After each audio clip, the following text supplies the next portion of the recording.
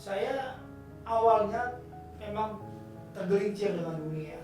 Ya, saya merasa hidup saya lagi di atas karena apa yang saya usahakan sudah berjalan semua. Tapi alhamdulillah saya kembali kepada Allah, saya dekat sama Allah dan saya mengikuti bagaimana hadirnya Allah dalam diri saya.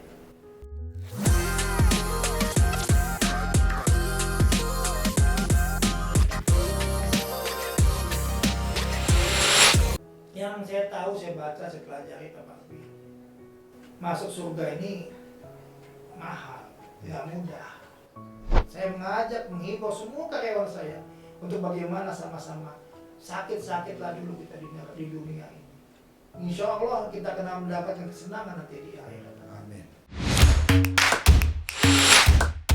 Bismillahirrahmanirrahim. Assalamualaikum warahmatullahi wabarakatuh. Waalaikumsalam warahmatullahi wabarakatuh. Tapi pun, Ya pun.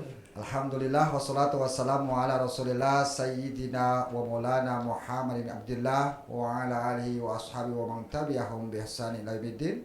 Amma ba'd. Berjumpa lagi dengan kami yaitu podcast Yayasan Al-Azhar Lampung, memiliki unit TK, SD, SMP dan SMA. Dan kali ini tentunya kita akan bersama untuk 30 menit ke depan dengan sosok yang mungkin sudah tak heran lagi, sudah sering kita jumpai baik dalam aktivitas kita menjalankan kegiatan KBM maupun kegiatan-kegiatan tentunya di bidang agama. Nah, kita tampilkan dan kita hadirkan Ketua Yayasan Al-Azhar Lampung, yaitu Bapak Abdi Muslim bin Muswadi Tahir, atau lebih akrabnya yaitu dikenal dengan Bapak Abdi. Beliau sudah hadir di samping kanan saya, dan kali ini akan bincang-bincang beliau yang selama ini menjadi Ketua Yayasan sudah 2 periode Bang ya.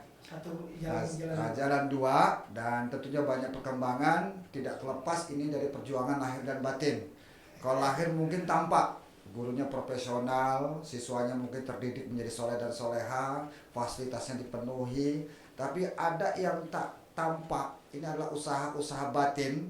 Selaku beliau juga adalah tokoh yang cukup agamis dan religius dan dikenal orang yang penekanan yang terhadap agama ini sangat kuat.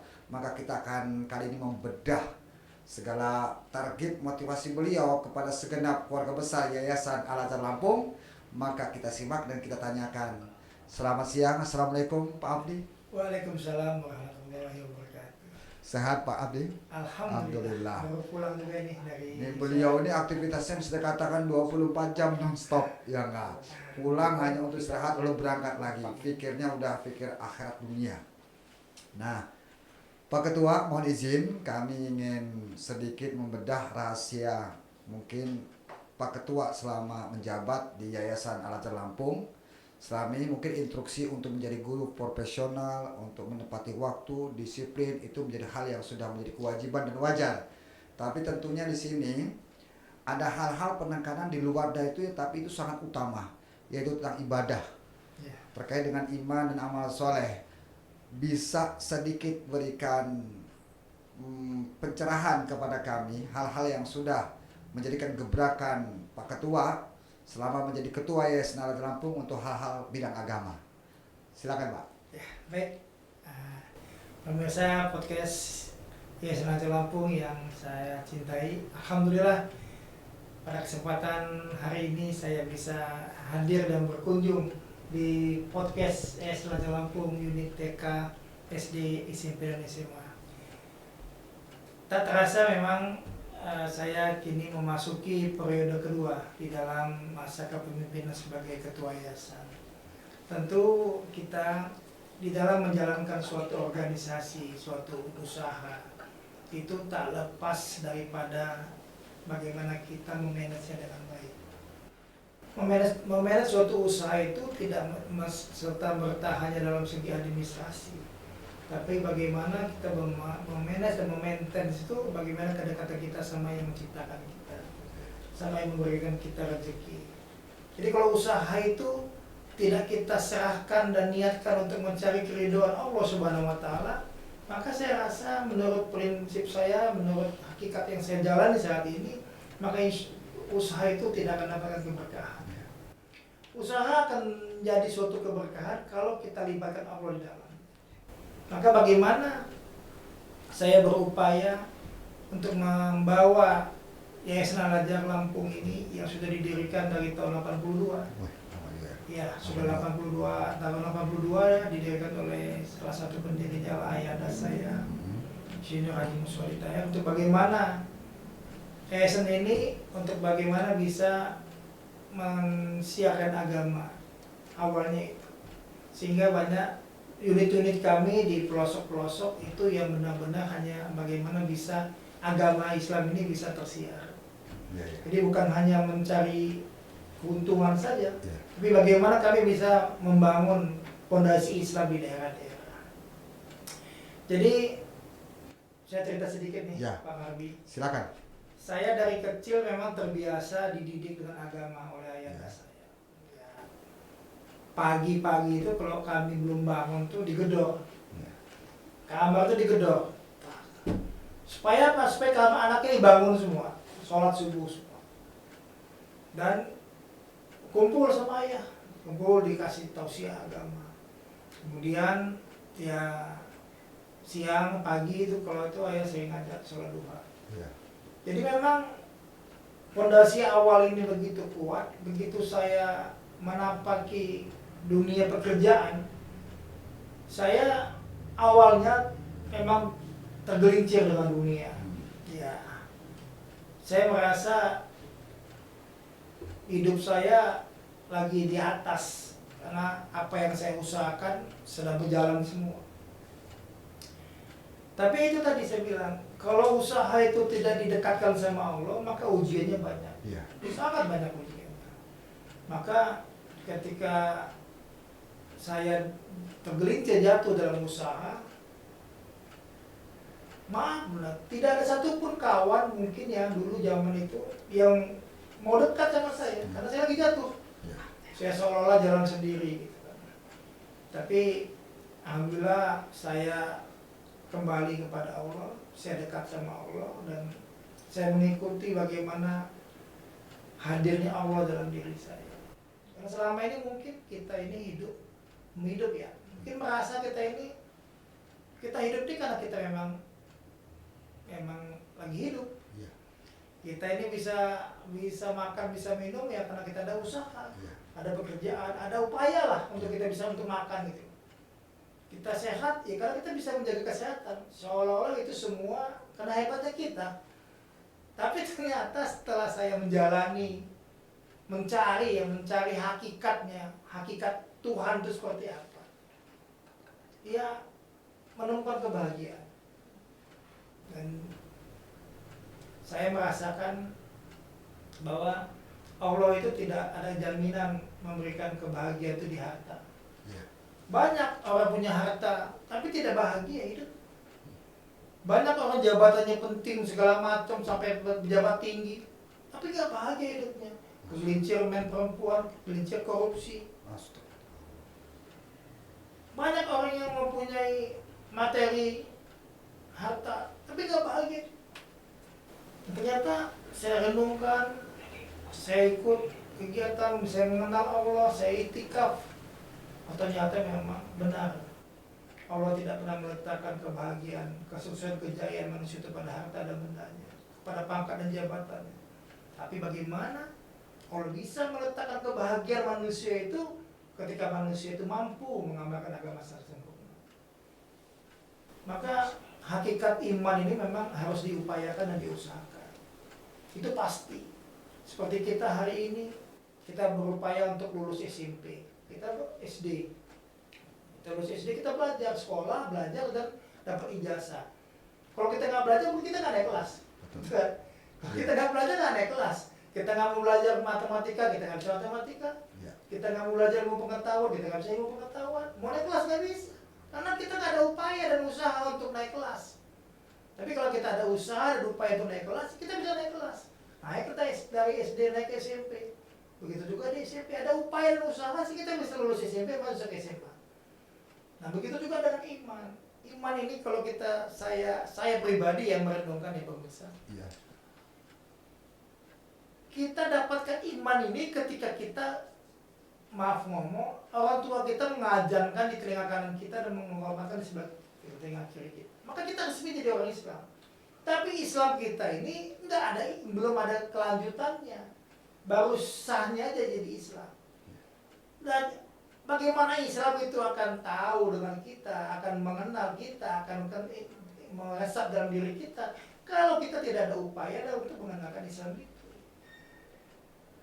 Maka dari itu didorong oleh rasa itu, saya belajar lah dengan ngikut dengan jamaah. Iya. Jamaah itu artinya dia belajar kurus, keluar, meninggalkan kegiatan-kegiatan dunianya, meninggalkan anak istrinya sementara. Karena pasti anak istri kita tinggalkan juga nanti kan.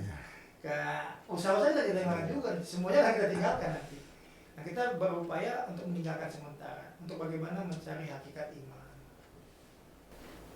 Iman ini diusahakan dan diupayakan. Nah, disitulah saya baru mengenal artinya Allah itu ada.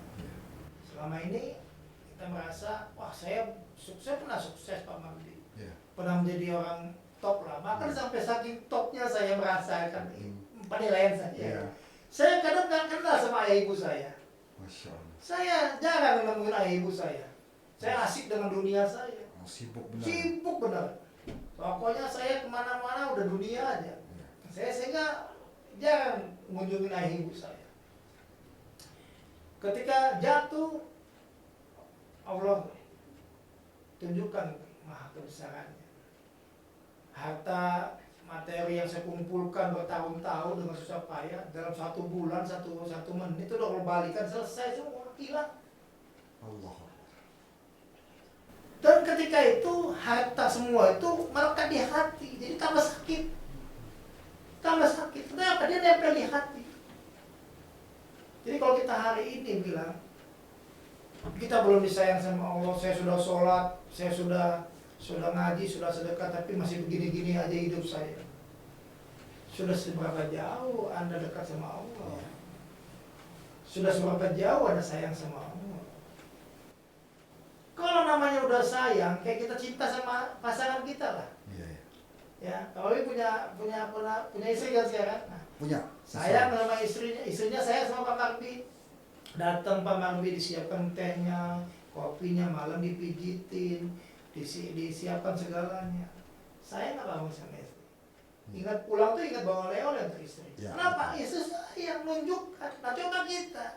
Kalau kita hari ini merasa belum sayang sama Allah, introspeksi diri, jangan nanyakan Allah. Iya. Jangan kita nanya kenapa Allah nggak sayang sama kita. Kita sudah sayang betul belum sama Allah. Nah, jadi saya dalam memimpin, karena saya sudah mengalami pasang surutnya di lapangan, ya saya berusaha untuk bagaimana membawa usaha-usaha saya ini untuk dekat sama Allah. Saya libatkan Allah dalam usaha saya ini. Bagaimana caranya? Ya saya libatkan semua stakeholder saya, pimpinan, unit, guru-guru, staf dan karyawan, termasuk murid-murid saya, untuk bagaimana dekat sama Allah, mencintai Allah. Jadi pagi saya upayakan, memang selama ini sudah diinstruksikan dari jari-jari zaman ayah saya dulu. Pagi membaca Al-Quran. Setiap unit mengumandangkan Al-Quran, ngaji. Kemudian itu saya tinggal tambahkan bagaimana Al-Quran itu bukan sekedar dibaca saja, tapi bagaimana dia melekat di hati. Jadi saya mengajak, menghimbau, ya sedikit merubah peraturan yang ada. Di dalam peraturan yayasan sekarang ini saya sudah tetapkan, sudah suatu peraturan harus wajib untuk karyawan semuanya sholat duha itu wajib dalam peraturan ya. Walaupun dalam agama itu sunnah, tapi dalam peraturan yayasan semua karyawan wajar wajib melaksanakan sholat duha. Ya mau dia hari Sabtu libur atau Ahad libur, tetap dia harus lapor di sholat duha. Kemudian kami juga mewajibkan, maaf Pak Mabdi, untuk melaksanakan puasa Senin Kamis. Untuk bagaimana? Kita coba menahan hawa nafsu kita. Dalam 1 minggu dikasih waktu sama Allah 7 hari. Ya 2 hari lah kita menahan hawa nafsu kita, jangan makan semuanya di siang hari. Dan itu peraturan wajib, walaupun dalam agama, dalam sunnah. Ya memang keras, tapi di balik kekerasan itu nanti akan ada manfaat yang didapat. Berkah. Ada keberkahan insya Allah. Di balik sunnah itu ada kejayaan. Itu memang paten saya yakin itu. Sehingga di dalam menjalankan semua kegiatan saya libatkan Allah dalamnya. Bagaimana melibatkannya itu tadi, semua pimpinan, karyawan, guru, ustadz-ustadznya, ustazah-ustazahnya, murid-muridnya wajib dekat sama Allah. Memulai kegiatan dengan membaca doa, kemudian sebelumnya kita dahului dengan membaca surat Al-Quran. Kemudian setelah masuk kita laksanakan sholat duha secara berjamaah. Semua unit Pak Bakwi. Iya, betul. TK, SD, SMP, SMA pagi sholat duha dulu. Iya. Laksanakan sholat duha.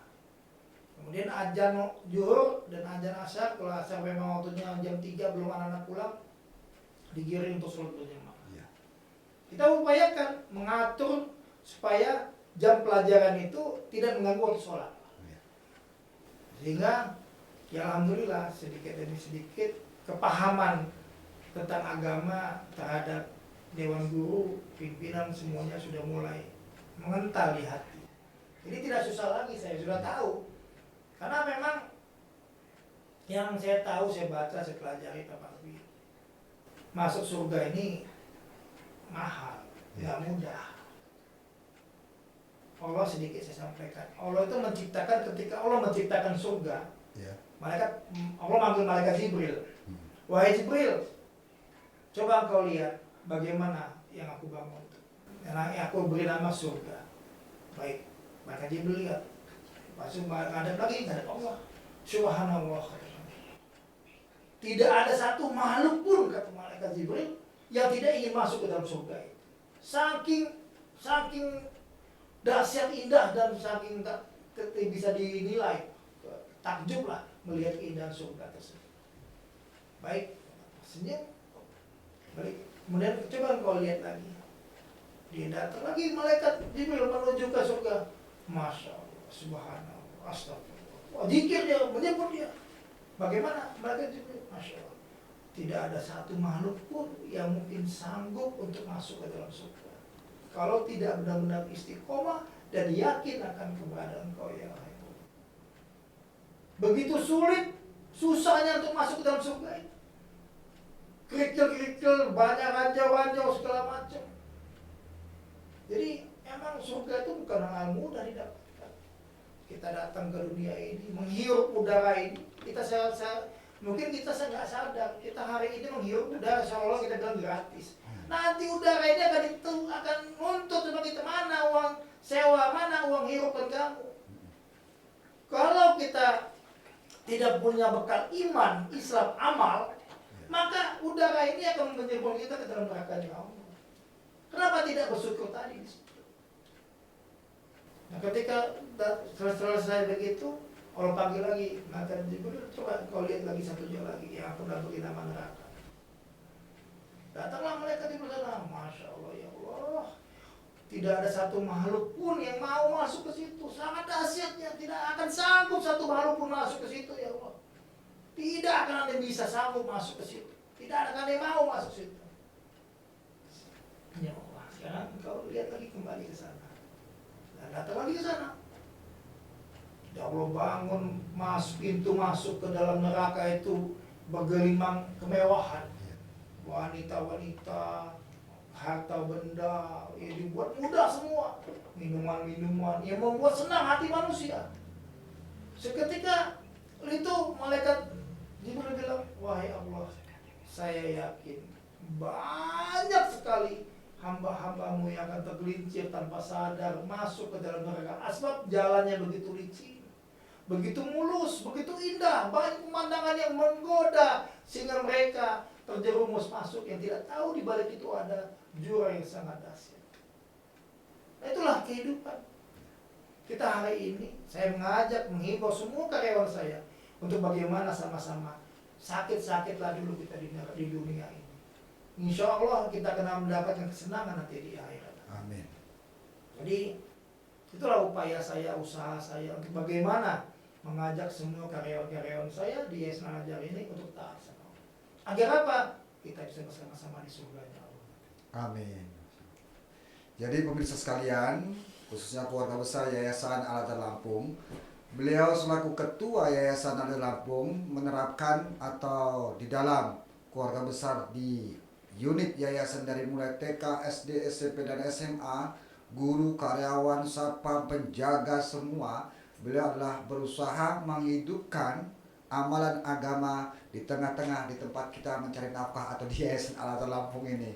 Salah satunya adalah zikir, sholat duha, puasa sunnah, dan juga kajian-kajian yang sudah berjalan seperti malam Jumat, dan juga kajian-kajian mingguan, bulanan, dan seluruh siswa pun ketika waktunya sholat. Dan kebetulan lokasi podcast kita ini berada di Masjid Muswadid Taher, sehingga ketika waktunya sholat berjamaah seperti sholat zuhur, asar, jumatan, semua wajib hadir. Sehingga ketika menghidupkan perkara amal agama ini, disitulah letak ternyata Allah memberikan kemudahan dan keberkahan di Yayasan Al-Azhar Lampung. Ya.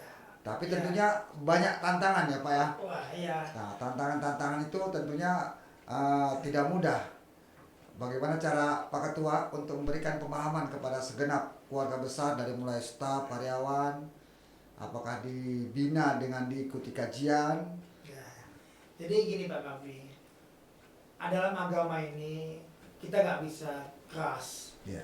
langsung pokoknya mau tidak mau harus, nggak bisa, nggak bisa juga. Ya. Pak Kavi. Harus ada tarik ulurnya. Iya, betul-betul. Jadi ketika saya memulai ini, ya tidak serta merta yang nggak sholat duha langsung dipecat, yang tidak puasa Senin Kemis langsung disingkirkan. Enggak. Karena ngajak ini kan mengajak, menghimbau. Iya. Hidayah itu bukan milik saya. Betul. Hidayah itu milik Allah. Jadi ketika saya mengharuskan semua pimpinan dan pimpinan bisa memberikan contoh, maka insya Allah ke bawah itu akan ikut. Betul. Itu yang saya laksanakan. Iya. Dan alhamdulillah semua pimpinan unit saya TK, SD, SMP, dan SMA itu pagi Pak Marwi itu Iya. setor zikir. Betul. Setor zikir pagi pemirsa. Setor zikir pagi, subhanallah, kemudian salawat Nabi, kemudian istighfar, kemudian membaca alhamdulillah, kemudian membaca Al-Fatihah 21 kali dan surat Yasin setiap pagi. Kenapa saya anjurkan seperti itu? Agar hidup ini ada keberkahan. Betul. Kita mulai kehidupan pagi kita itu untuk kita dekat dulu sama Allah, Betul. mengagungkan Allah dulu.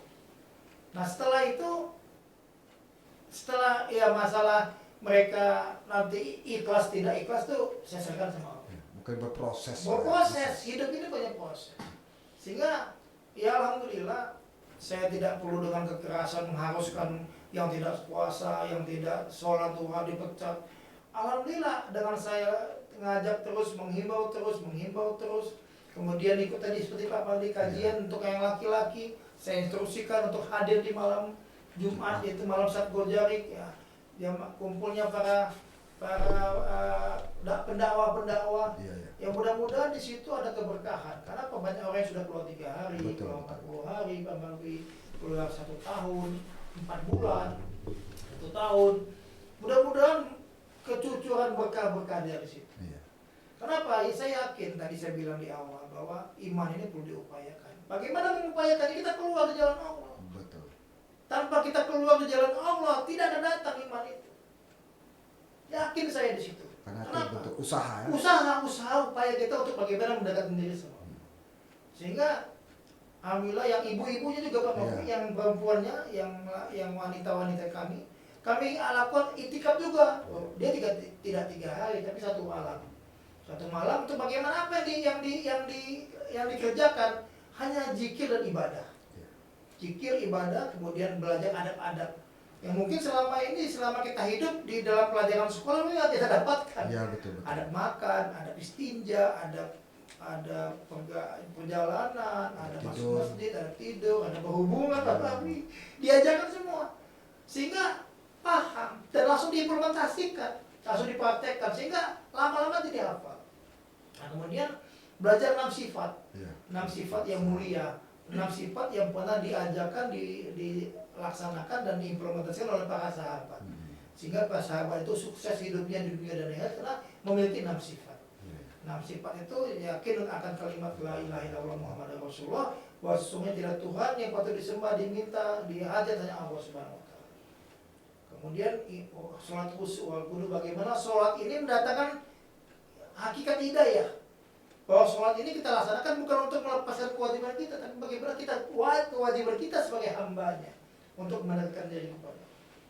Kemudian yang ketiga, dalam 6 sifat ini bagaimana ilmu mahazikir, bagaimana ilmu-ilmu yang kita jalankan ini untuk bagaimana kita mendekatkan diri kepada Allah SWT. Bahwa ilmu itu datang bukan karena kita pintar, bukan karena kita bisa. Allah kasih hidayah, Allah kasih ilham sementara kepada kita. Banyak yang sudah jadi profesor, tapi begitu dia sombong, begitu dia tua, Allah bikin pikun, kayak hilang juga profesornya, bisa apa lagi. Iya, betul. Enggak semuanya, ilmu itu hanya titipan sementara saja. Nah, ikram muslimin, lagi-lagi kita bisa ikram sama sesama muslim. Kemudian yang kelima, tasihul niat, bagaimana kita meluruskan niat kita. Hidup dan kehidupan kita ini harus paham maksud dan keperluan hidup. Apa maksud hidup, apa keperluan hidup kita. Ini kadang-kadang kita kebalik, Pak. Hidup kebalik. Keperluan jadi maksud, maksud jadi keperluan. Ya. Ini yang kadang-kadang menyelenanya manusia. Dan yang terakhir, bagaimana kita bisa urus fisabilillah, keluar di jalan Allah.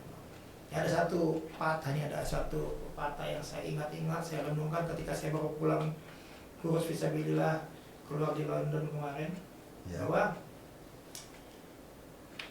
ilmu setetes lebih baik daripada ibadah seluas samudra. Ilmu setetes lebih baik daripada ibadah seluas samudra. Maksudnya seperti apa? Kita banyak ibadah, berbuat ibadah banyak, tapi nggak ada ilmunya ibadahnya. Kita sholat, tapi ilmu sholat nggak ada. Nggak ada gunanya, betul nggak? Betul.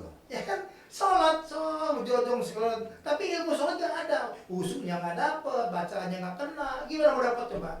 Barang ibadah luas banyak-banyak, tapi nggak ada ilmunya. Kita bersedekah, tapi nggak tahu cara sedekahnya atau gimana-mana. Nggak dapat apa-apa, karena ilmunya nggak ada. Jadi ilmu setetes itu lebih baik daripada ibadah seluas samudra. Amal setetes lebih baik daripada ilmu seluas samudra. Ilmu seluas samudra. Iya. Maksudnya bagaimana? Tanpa kita amalkan, ilmu ini tidak berguna apa-apa. Apalagi seorang profesor, seorang dokter, seorang ilmuwan segala macam, tapi ilmunya cuma untuk Allah diri sendiri, nggak dimanfaatkan untuk yang lain. Kan nggak ada guna, nggak ada amalnya ilmu itu, nggak jadi nggak dapat apa-apa. Ya kan? Iya. Jadi nggak ada gunanya ilmu banyak tapi nggak diamalkan. Kita punya ilmu tapi untuk diri kita sendiri, nggak berkembang ilmunya. Yang ketiga, ikhlas setetes lebih baik daripada amal seluas samudra. Ikhlas setetes lebih baik daripada amal seluas samudra. Amal seluas samudra. Kita punya amal, tapi nggak ada keikhlasan. Diikhlaskan. Kita beramal sana, ngomong-ngomong, itu karena sumbangan saya tuh bakatnya bisa begitu. Kalau bukan sumbangan saya, nggak mungkin bisa begitu. Nggak ada guna amalnya, nggak dinilai sama Allah. Wah, sedekah sana sini, sumbangan sana sini, disebutkan kemana-mana. Nggak ada keikhlasan untuk Allah, untuk kebahagiaan diri sendiri, nggak ada guna. Cuma aja amalnya banyak, tidak ada keikhlasan. Iya, betul-betul. Itu yang saya dapatkan. Nah, yang terakhir, sedikit atau sedetik berpikir untuk agamanya Allah atau berpikir untuk di jalan Allah lebih baik daripada ikhlas seluas samudra. Berpikir sedetik atau berpikir sedikit sesaat di jalan Allah lebih baik daripada ikhlas seluas samudra. Ikhlas seluas samudra. Nah, ini ada dalam hadis. Iya. Hadisnya ketika ketika di zaman Nabi Musa alaihissalam. Nabi Musa ini kan bisa berkomunikasi langsung sama Allah. Iya. Jadi ketika itu ada seorang hambanya yang taat, yang ahli ibadah. Iya. Dia bertanya sama Nabi Musa, wahai Musa, saya ingin bertanya, kau kan bisa berbicara langsung sama Allah. Tolong tanyakan sama Allah. Kira-kira, wahai Musa, saya ini sudah ibadah 70 tahun. Iya. Kira-kira Allah nanti akan memberikan saya surga di mana? Surga yang mana untuk saya? Iya. Baik, kata Nabi Musa. Nabi Musa langsung berkomunikasi sama Allah, tanya, wahai Allah, ini ada hambamu yang bertanya, dia selama 70 tahun ini hanya ibadah kepada engkau. Kira-kira engkau akan mendapatkan surga di mana? Nah, kalau engkau kasih surga yang mana untuk dia? Wahai Musa, tolong sampaikan ini sudah ketetapanku, keputusanku, kata Allah. Tidak ada satu surga pun untuk dia kecuali neraka. Musa tidak berani membantah. Turun, menyampaikanlah kepada si fulan, wahai ahli ibadah, Allah sudah memberikan jawaban bahwa tidak ada satu surga pun untuk engkau kecuali neraka. Terkejutlah ahli ibadah ini. Wah, saya sudah ibadah 70 tahun aja nggak dapat surga, gimana orang yang lain yang dapat surga seperti apa? Baik, katanya. Setelah dia pikir-pikir, dia renungkan, dia bilang sama Musa, wahai Musa, baik, saya terima kalau itu sudah ketetapan keputusan Allah. Saya terima. Tapi tolong ya Musa, sampaikan sama Allah. Saya ada satu permintaan saya. Apa itu? Saya sampaikan kepada Nabi Musa. Tolong sampaikan sama Allah, tolong ya Allah, besarkan badan saya sebesar-besarnya. Sehingga tidak ada satu makhluk pun masuk ke dalam neraka kecuali saya. Biarlah saya yang masuk neraka. Semuanya tidak ada yang masuk neraka. Biar saya. Lalu Nabi Musa sampaikan, wahai Allah, si ahli ibadah meminta satu permintaan, dia bersedia, ikhlas masuk dalam neraka, dia minta satu permintaan. Sampai itu wahai Musa, dia minta tolong dibesarkan badannya sebesar-besarnya sehingga tidak ada satu makhluk pun yang masuk neraka kecuali dia. Wahai Musa, dengan ini kun fayakun, aku rubah ketetapan keputusanku. Akan kusiapkan surga yang terindah untuknya. Asbab apa? Asbab dia memikirkan hamba-hamba Allah yang lain untuk tidak masuk ke nerakanya. Allah. Maka ketika hadis ini sahih, ketika di zaman Nabi Muhammad SAW, hadis ini pun diulang sama Nabi Muhammad. Barang siapa yang berpikir sedetik atau sebentar di jalan Allah, maka lebih baik daripada ibadah 70 tahun. Itu hadis yang sahih. Asbab apa? Asbab hambanya di zaman Nabi Musa itu. Maka hadirin sekalian, para sahabat-sahabat, teman-teman sejawat saya di Islam Lampung, marilah kita mulai dekatkan diri sama Allah. Hidup ini sebentar, nggak lama, hanya nunggu waktu sholat. Kalau waktu sholat kita ini menunggu waktu asar, kita belum dipanggil sama Allah, kita tinggal nunggu waktu maghrib. Dan tidak ada yang pasti. Kullu nafsin za'iqatul maut. Setiap nyawa kata Allah pasti mati. Kapan ya? Tidak ada yang tahu, itu aja rahasianya Allah. Nah, bagaimana kita mempersiapkan kematian kita itu dengan indah, agar nanti matinya dalam keadaan yang husnul khotimah. Bagaimana kita dekatkan diri sama Allah, mencintai Allah, melebihi kita mencintai apapun yang ada kita miliki saat ini. Jadi jangan khawatir, kita keluar di jalan Allah itu, anak istri kita pasti dijamin sama Allah, pasti dijamin sama Allah. Malaikat-malaikat Allah itu akan menunggu, akan menaungi, akan menjaga semua ahli keluarga kita. Tinggal kita yakin kita. Itulah saya mengajak, menghimbau semua dalam kegiatan usaha saya ini untuk bagaimana mendekatkan diri sama Allah, untuk belajar mencintai Allah, sehingga Allah itu benar-benar merasuk dalam hati kita. Sehingga apapun yang Allah titipkan saat ini, kita punya harta, punya jabatan, punya pangkat, semuanya cukup ditaruh di telapak tangan sini saja. Begitu kita capek, begitu kita nggak kuat, kita lepas, nggak jatuh, nggak sakit di hati kita. Tapi kalau itu semua harta, jabatan, pangkat, anak, istri, suami masuk di hati kita, ada yang meninggal, kita sakit hati. Kita sedih, kita bahkan membenci Allah, mengutuk sama Allah, ya Allah, kenapa engkau panggil ya Allah, ya Allah, kenapa engkau ambil ya Allah. Kenapa? Itu ada di hati. Tapi kalau kita semua letakkan di tangan, kita lepas, dia capek, maka tidak akan sakit. Hanya cukup dipegang di tangan, apapun itu jabatan, dunia, harta, kemewahan, tapi jangan masukkan ke dalam hati, karena dia pergi akan membuat sakit hati. Iya. Jadi ada sekalian, beliau ini berbicara bukan hanya berdasarkan teori, tapi beliau mengawali dari mukaddimah bahwa beliau pernah berkecimpung di dunia, bukan hanya cinta dunia, mungkin sampai titik gila dunia. Gila dunia saya tuh sangat gila dengan dunia. Ada orang kepala jadi kaki jadi kepala untuk cari dunia. Lalu pada saat itu sudah bergelimangan, Allah uji, bukan lari kemana-mana, ternyata solusinya lari kepada Allah. Dan sampai detik ini beliau membawa dan memotivasi segenap keluarga besar, dari mulai staf yang paling terendah sampai dengan pimpinan, untuk bersama-sama mendekatkan diri kepada Allah, bukan hanya sebatas kata, tapi dengan beberapa peraturan. Dan sampai detik ini alhamdulillah dijalankan dengan istiqomah, yang awalnya prosesnya mungkin berat, sampai detik ini alhamdulillah berjalan dengan ringan dan mudah, dan dapat dimudahkan oleh Allah, dan buktinya mendapatkan berkah dari Allah Subhanahu wa Ta'ala. Baik hadirin sekalian dan pemirsa semua, kami informasikan Yayasan Al-Azhar Lampung memiliki unit TK, SD, SMP, dan SMA, dan salah satu fasilitas yang kita tempati podcast ini berada di Masjid Muswadi Taher. Kami memiliki pengajian ummahat, pengajian para kaum hawa, ibu-ibu, yaitu sebulan 2 kali. Lalu kami juga ada pengajian untuk bapak-bapak dibuka secara umum, yaitu setiap minggu sekali, yaitu pada hari Sabtu pagi atau setelah sholat subuh. Dan masjid ini diperuntukkan untuk khalayak umum, dibuka 24 jam. Kami sediakan dengan fasilitas yang ada seperti air minum, seperti kopi, teh, snack juga ada. Kalau uang cari sendiri.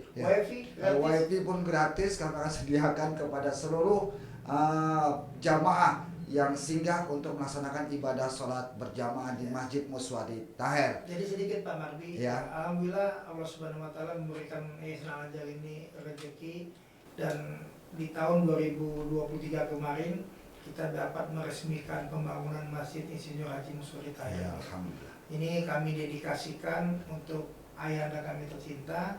Mudah-mudahan masjid ini bisa menjadi aspirasi dakwah. Amin. Bisa menjadi penyebar ilmu untuk bagaimana manusia semakin taat sama Allah. Minimal apa yang sudah ayah berikan, ayah coba usahakan, upayakan untuk bagaimana membuat pendidikan Islami.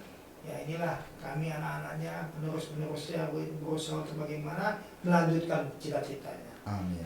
Di zaman saya alhamdulillah sudah 2 masjid yang kita bangun. Satu di lingkungan SD Al-Azhar 1, 2, dan 3. Dan satu lagi di sini ada asrama juga. Asrama juga yang alhamdulillah asrama ini kita bangun bagaimana anak-anak yang tinggal di asrama ini tuh bisa jadi hafiz Quran juga. Amin. Kami titipkan ada ustazah yang hafiznya di situ untuk bagaimana mereka setiap malam melaksanakan sholat tahajud. Iya, betul. Jadi sehingga suasananya seperti pondok tapi bukan pondok. Bukan pondok tapi suasana agamanya hidup. Suasana agamanya hidup. Kemarin baru ada kajian tentang bagaimana kami datangkan parenting. Seorang ahli tentang pendekatan juga spiritual yang kuat, bagus, sehingga anak-anak bisa terinspirasi lah ke depannya mau seperti apa. Sehingga agama ini betul-betul melekat dalam diri mereka nanti. Amin, amin. Dan kami informasikan Pak Ketua, insya Allah Ramadan sebentar lagi. Siap. Ini Rajab sudah mungkin akhir, lalu Sa'ban, Ramadan. Rencana masjid kita nanti 1 malam 1 juz. Siap, insya Allah. Insya Allah 1 malam 1 juz. Kami sampaikan ini untuk bisa bergabung, mengambil bagian, meramaikan Masjid Muswadi Taher. Kami sediakan segala konsumsi, fasilitas yang ada agar jamaah nyaman. Bagi yang ingin menginap pun kami persilakan, asalkan dapat sama-sama menjaga kebersihan. Masjid ini 24 jam, Pak Mardi. 24 jam bagi teman-teman yang mau itikaf, mendekatkan diri sama Allah, 24 jam full AC, makan minum insya Allah kami snack dan minuman kopi, gula, teh kami siapkan. Ada. Insya Allah bagaimana kami berupaya melayani orang-orang yang mau mendekat diri sama Allah. Ya. Mungkin itu saja Pak Ketua apa yang kita sajikan untuk bisa mudah-mudahan bermanfaat. Sekali lagi kami informasikan bahwa PPDB Yayasan Al-Azhar Lampung unit TK, SD, SMP, dan SMA tahun 2024-2025 sudah dibuka dan sesuai, mudah-mudahan memenuhi kuota. Amin, ya Bagi Allah. yang ingin bertanya-tanya tentang Al-Azhar silakan nanti hubungi kontak kami sediakan. Dan untuk Bapak Ibu pemirsa dan saudara-saudaraku sekalian, marilah sama-sama kita masukkan anak-anak kita ke sekolah di sekolah-sekolah Islam. Karena bagaimanapun juga dunia teknologi itu sudah sangat luar biasa. Tanpa kita masukkan anak-anak kita itu di sekolah-sekolah yang bernuansa Islam, maka saya tak dikhawatirkan takutnya mereka jauh dari Allah. Kami TK kami ada 14 TK tersebar di Provinsi Lampung ini.